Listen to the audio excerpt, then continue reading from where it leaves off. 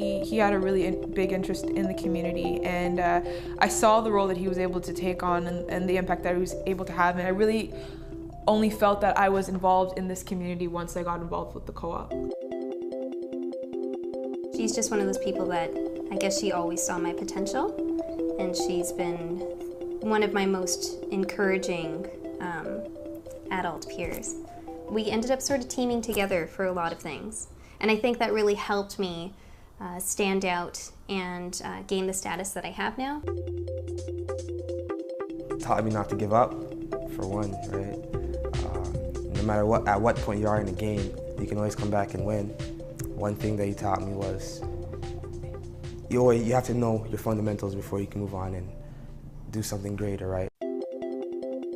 She came to our door the first day we moved in and said, "Welcome to the neighborhood. My name's Felicity. I'm downstairs. We live in a co-op." She's very welcoming and warm. She was on the board. She wanted my mom to join the board. She wanted me to join the social committee, and so she was a champion of that. Before that, I was in my own cocoon in this community, but with the scholarship, I got to see, the different co-ops that exist and the wonderful things that they were doing. I was indebted to my community. I was indebted to the co-op, considering that they supported me in university. She pretty much just told me, she would lay out all the options for me and all the different committees that they had, and then she'd ask me and give me a rundown kind of what each committee would do and ask me where I saw myself.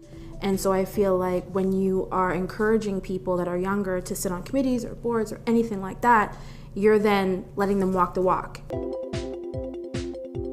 She was great in terms of encouraging me to go with her to attend certain events. A lot of it is her passion, certainly.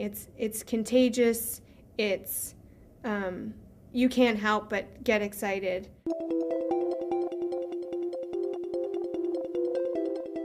He did an amazing job in welcoming us and having that good structure. There was no animosity that was felt. There was no hostility that was present due to the age gap. They're very nice. They welcomed us with open arms. That's one thing that I've always liked about our board. It wasn't very stiff or rigid. It was more like, okay, this is a community meeting and we're just gonna follow through. Once I found out that that was the kind of atmosphere it was, it felt more comfortable. Even when I wasn't talking, other people were, and I was listening and I was seeing how things ran and what to do. I felt at times that I was expected to stay quiet for a little bit, but eventually sort of gained my ground and started speaking up a bit, and I feel like then the more I said, the more people realized what my capabilities are. Yes, my experience had not been specifically within the context of the co-op model, but there were a lot of other things where those experiences were transferable. I was worried because I was like, I don't really know how all of this happens, and I didn't know if I was qualified, to be here. But what was beautiful about it is once we got in there, it had nothing to do with what you knew or what you didn't know. It had to do with what we're going to do.